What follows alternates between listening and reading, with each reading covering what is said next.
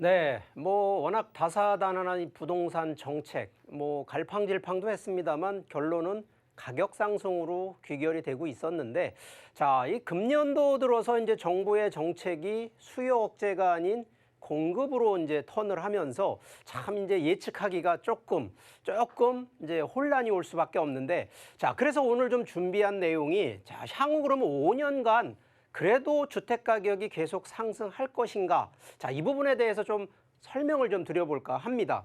자, 기본적으로요, 뭐 부동산뿐만 아니라 보통 그 투자 자산이라고 하는 거에서는 항상 변수, 우리가 이제 지표라고 하는데, 자, 부동산 같은 경우에는 선행 지표와 후행 지표라는 거로 두 개로 나눠지는데, 자, 가장 부동산에서 변수, 일단 제1순위는요, 결국은 돈입니다. 그래서 현재 얼만큼 시중에 자금이 풀려 있냐. 그래서 이거를 좀 유동성이라고 하는데, 자, 그만큼 통화량이, 자, 이 지금 현재 나와 있는 이 자료를 보면요, 2000년대 들어오면서 현재 2020년까지 놓고 보니까 무려 4배나, 그러면 이게 2020년 기준으로 4천조가 풀렸다는 얘기거든요.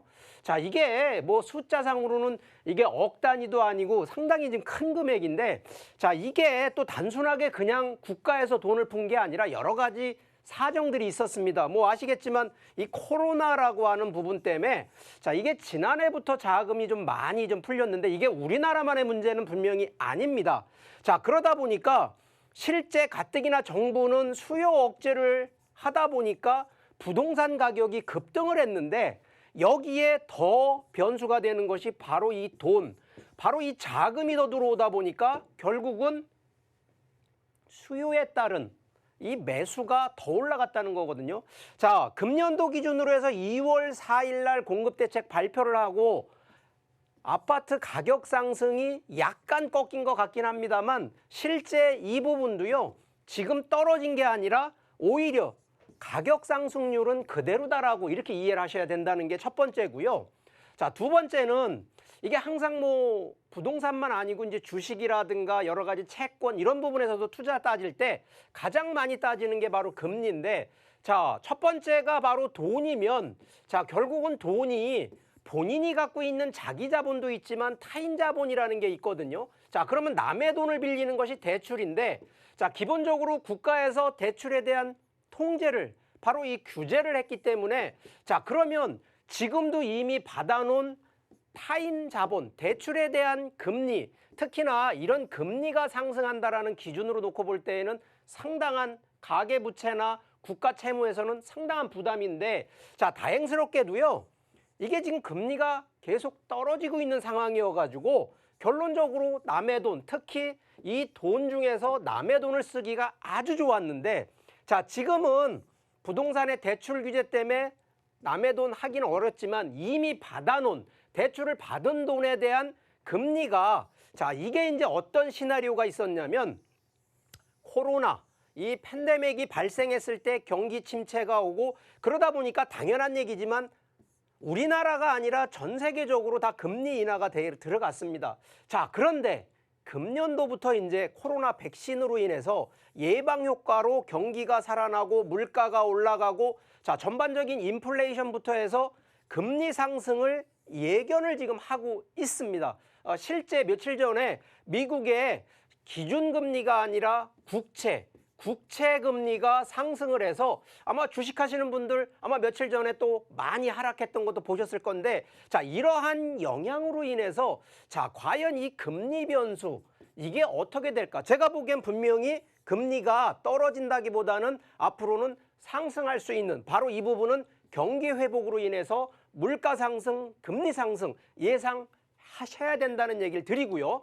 자, 세 번째 변수는, 자, 항상 부동산은요, 수요와 공급이라고 하는 부분입니다. 자, 수요가 많을 때 당연히 가격이 상승하고요, 공급이 많아지면 가격이 떨어지게 돼 있다는 거죠.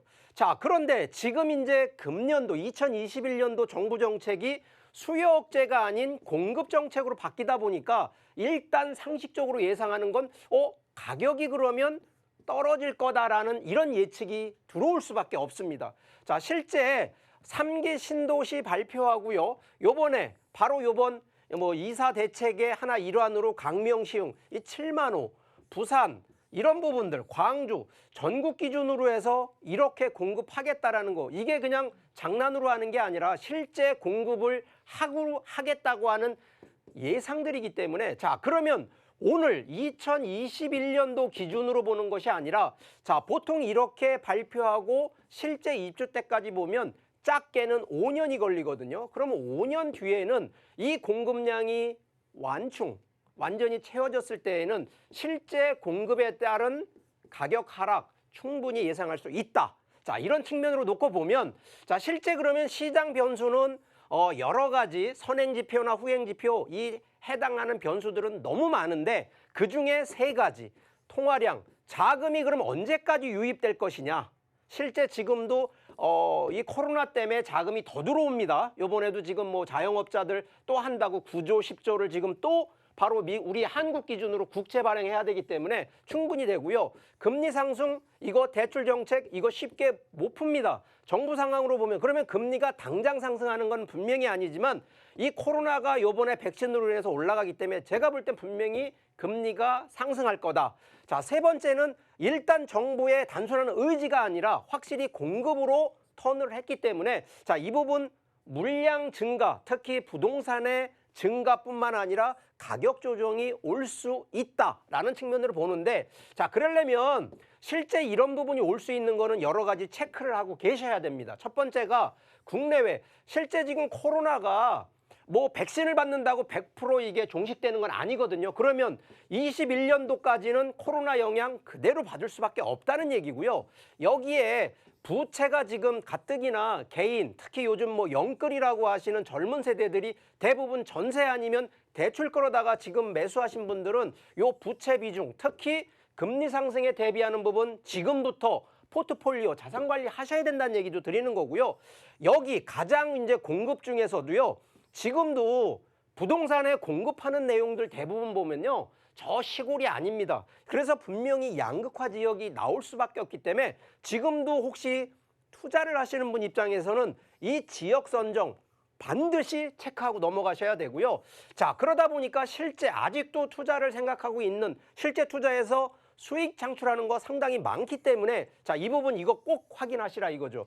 실제 실물 자산이나 부동산, 이 얘기는 유동성이 많아지는 부분은요, 결국 이 얘기는 화폐 가치가 추락한다는 얘기거든요. 자, 그래서 돈을 갖고 있는 분보다는 부동산이나 실물 자산 쪽으로 많이 지금은 방향을 이렇게 턴을 하셔야 된다는 얘기를 드리는 거고요. 주택, 특히 부동산에서 아파트를 매수하시는 분들은, 자, 투자보다는 일단 거주 쪽 컨셉으로 많이 이 비중을 좀 많이 두셔야 된다는 얘기 드리고, 가능하시다 그러면 부동산 안에서도 토지 쪽으로 집중을 좀 하시는 시기가 지금 다가오고 있다는 점도 감안하시라는 얘기 드리면서, 실제 그럼 이런 양극화되는 지역, 어느 지역으로 투자할 거냐라는 측면은, 자, 인구 당연히 몰리는 곳. 자, 최근에 지금 세종시 엄청 올라가고 거의 1등입니다. 이게 지금 매해 그렇습니다. 이유는 결국은 모든 정부에서 인프라가 세종시로 몰리는 이런, 그러면 결국은 인구와 정책이 집중되는 지역. 자, 근데 이게 천년만년 갈 것 같죠? 아닙니다. 이게 5년마다 주기, 경기 자체, 경제 변동도 5년이나 10년 주기가 되듯이, 자, 이런 인구와 정책이 5년 단위이기 때문에 반드시 이러한 3가지 내용을 체크하시면서 투자 방향 반드시 좀 꼼꼼히 체크하시면서, 자, 지금은 무조건 투자가 아니라는 점만 이해하시고 이렇게 흘러가는 경기 변수 이런 부분들 꼭 체크하시면서 필요하시면 저희 전문가들하고도 많은 상담을 통해서 슬기롭게 대처하시기를 바라겠습니다.